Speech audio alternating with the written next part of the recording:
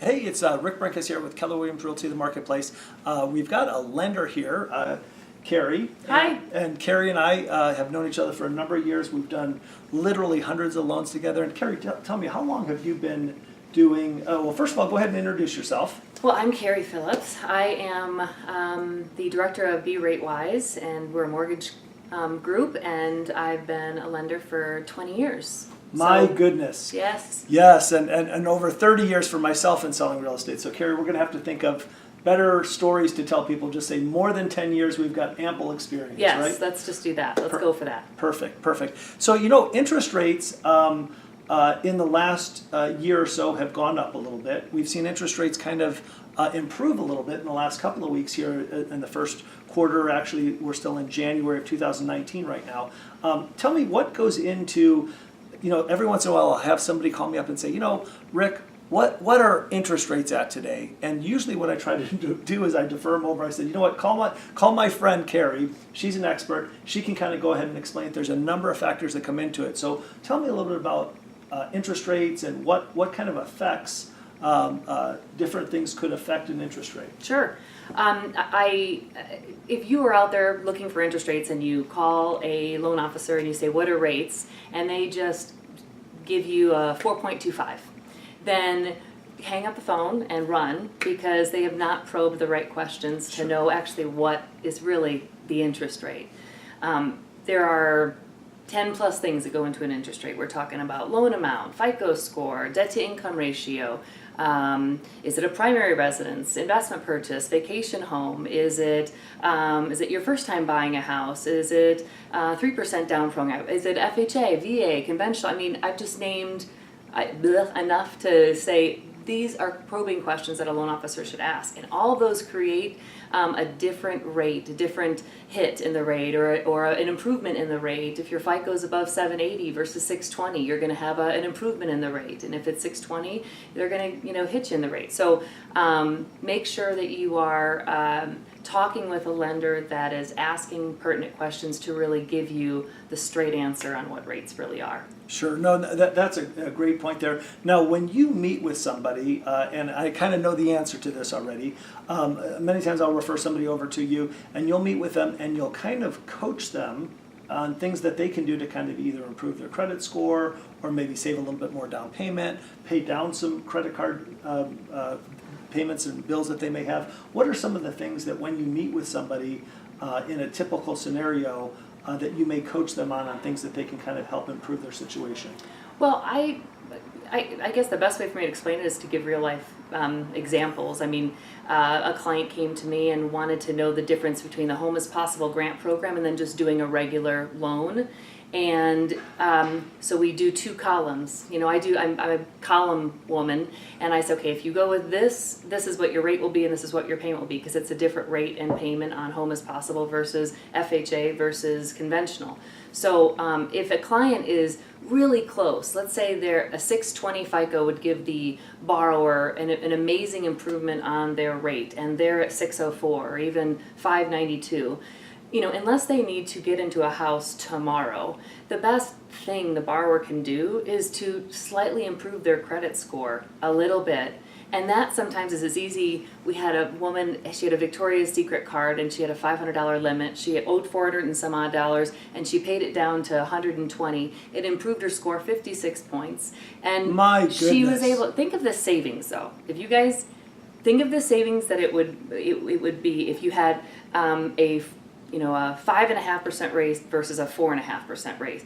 Not only are you saving per month, but finance charges over, let's say the typical person over the keeps life of the loan. Life of the loan. I mean, absolutely. So a loan officer ethically should be doing this and coaching the client to say, how can I set you up the best possible way? Not, how can I get the person at a loan and close escrow so I can get my commission check? Sure. There are little tiny things that a borrower can do that would set them up for a life, and then become honestly a client for life, and that's been my philosophy. I know that's your philosophy as well. Last time I was at dinner with Dave Ramsey, and one of the things he says on his radio show a lot is to have the heart of a teacher. And I know that I use it in my business, I know, Kari, you use it in your business, is to give the client information so they can make a good informed decision. And sounds like that's the coaching and counseling that you're giving them. Absolutely. Absolutely. So I have a couple of notes here that I want to kind of ask you some other questions. People will say, what are these loan discount points? What's a loan origination fee? What are typical loan closing costs? How do I compare lenders? So I think I just asked you 3 or 4 questions there. I got it. Perfect. Got it. So can you kind of explain and kind of demythify all of those questions for us? When you're going out and comparing a lender, certainly service and professionalism and, do you see eye to eye with that person is a first and foremost type of thing. Do personalities match and that kind of thing. But if you are just strictly shopping lenders and saying who is going to give me the best deal, I hate that word. Like it sounds like sleazy almost. I don't know, but who's going to get me the best rate and program and look out for my best interest? The best value is what I like to say. Sure. A client will want to look and say, how much is this lender charging me in what's called origination charges? Origination charges are things like, a combined underwriting fee, processing fee. Does the lender charge an extra origination point, which just goes in the lender's pocket? That's nothing that buys a rate down. It's an origination point that's commissioned for either the loan officer or the lender that they're working for. They want to compare those fees, and they want to compare the fees associated with needing to do a loan, like an appraisal, like a credit report, like a flood certification, like a reinspection fee. Those are things, if you're reading your loan estimate out there, it's in section A and B on page 2. So section A and B on page 2. Ah, there you go. That sounds like some great information right there. And you want to look at the interest rate. So an interest rate combined with the origination charges and the fees associated with the loan are what you want to compare. And the third thing is discount points. Is that lender charging, which would be in the origination section A, is that lender charging discount points? Meaning, do you need to pay money to get to this certain rate?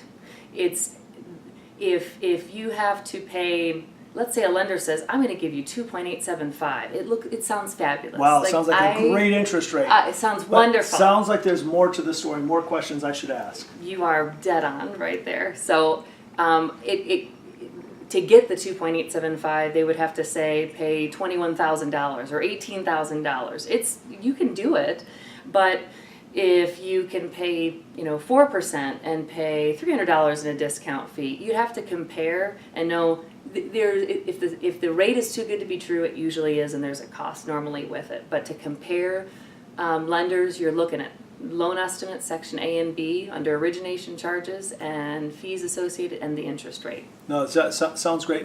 And that sounds like some advice that I've given my clients over the years. Many times people will call me up for a contractor recommendation, or should I refinance my house? And they say, I can drop my interest rate 1 or even 2 points, 2 percentage points. I definitely should refinance. Isn't that right, Rick? And I said, well, there's more to the story. What I always try to coach people is, how much is it going to cost me, complete out of pocket? And if you're doing a refinance, you're going to have title insurance and escrow fees and all the lender's fees. So how much is that going to cost me? And then how much is it going to save me per month? And then you just do the simple math. You divide the monthly savings into how much it's going to cost you. And if your break-even point is, let's say, 18 or 19 months, and you plan on staying in the house 2 or more years, then it makes financial sense to go ahead and do so. If the break-even point is going to be 36 or 42 months, and you plan on selling in the next 10 months to 12 months, then you should not refinance. Just because you're dropping the interest rate doesn't always mean you have to kind of look at a number of factors, and it sounds like you're willing to take the time, you and your team will roll up your sleeves, answer those questions, and help people make a good informed decision.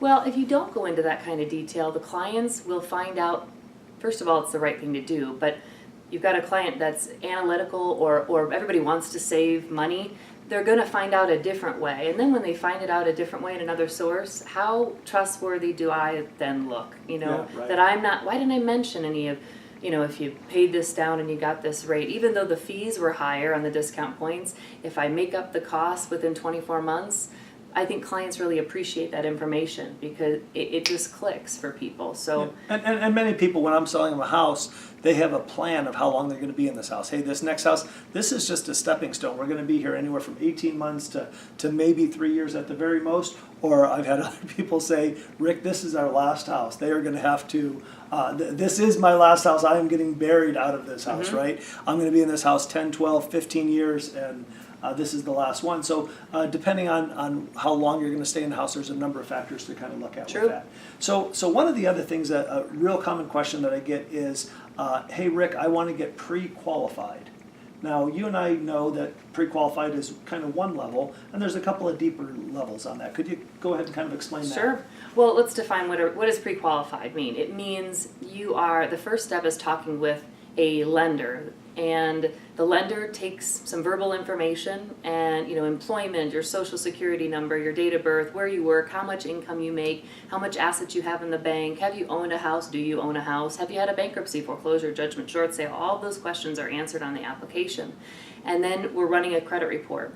And a lender, a loan officer, will look at this application and look at this credit and say, okay, I've got a combined risk here. They run it through a system and they say, you know what, you should be able to qualify for this much if you can prove your income. This is how much down payment you're going to need. This is what your payment will be. That's just a simple pre-qualification that takes about 20 minutes. A letter can be produced that allows you to go out and put offers in on a house. And my belief in how we run our team is that is the bare minimum. It's like it's the C- of how a client should start the mortgage process. I mean, we're talking about a house that you could potentially fall in love with. We've got a lot of emotions involved. If I'm that person, I want all my stuff checked out, even my income, my assets, like my verifications of employment and background stuff. Before I put, my signature on a contract and start risking earnest money, and really the worst thing is risking emotions, of the absolutely, it all is. that. So many factors come into buying a house. It's not just buying a house or not buying a house. There are a lot of emotions and planning that needs to happen along the way. Sure. So the bare minimum level that I would suggest a client going is at least having, working with a lender that says, I put your file through full underwriting, which means an underwriter, an actual physical, you can touch the underwriter kind of thing, looks at the income and assets and checks out the employment.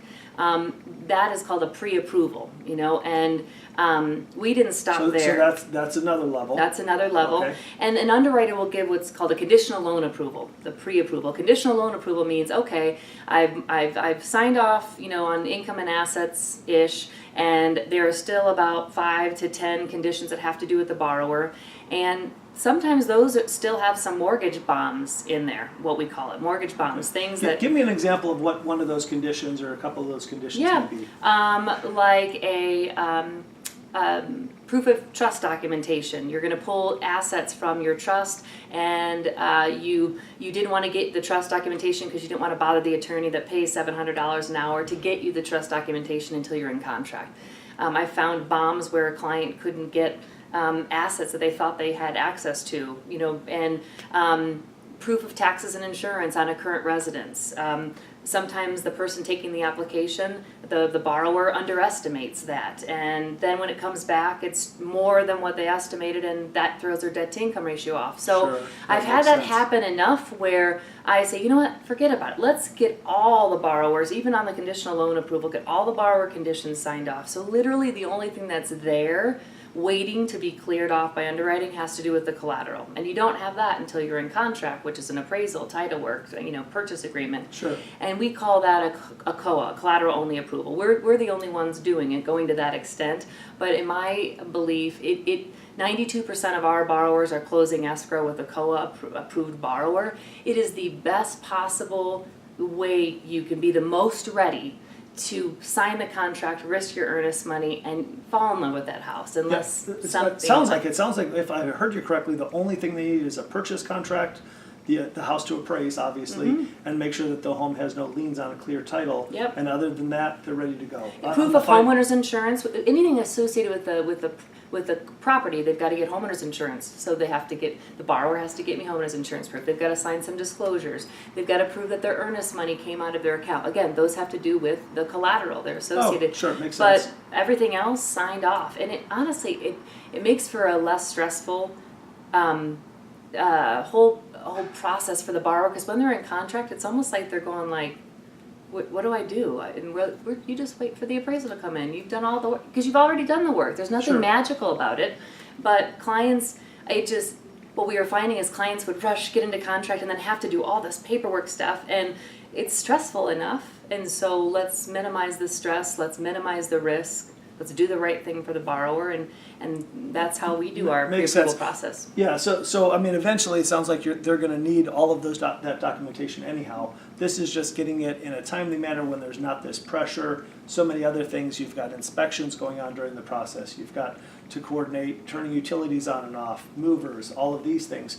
You've got all the qualifying documents that you're going to need taken care of up front. So now all you're doing is the purchase part of it. Yeah, it makes it a lot easier. And people that really feel it are people that have bought in the past and then didn't use us, and then bought and gotten a COA with us, and they're like, doesn't seem like we're doing enough. Like, what's going? I don't get it. And we just say, Well, wasn't this fun? Just relax. And they said, our last process was so much more stressful. And that's my favorite. That's so validating. It's tough. Perfect. Yeah. Well, I appreciate you. Thank you so much for spending some time and kind of sharing with us a little bit about rates, qualification, pre-qualification, closing costs, all of those things. It was Sure. great. In any business, you're only as good as the people you surround yourself with, and Kari is wonderful. I've gotten so many letters of thanks, not only for me and helping people buy and sell houses, but thank you for referring me to Kari. Thank Kari you. and her team just do a great job. So again, as always, if you know someone thinking of buying a home, selling a home, or investing in real estate, please go ahead and share my name with them. Rick Brenkus, Keller Williams Realty, The Marketplace. You can reach me at 702-456-KW. That's 702-456-5959, or you can go to thebrinkesteam.com. And Kari, tell us again how someone can get in touch with you if they have Sure. some questions. Well, they can go to beratewise.com, and my phone number is 702-375-3401.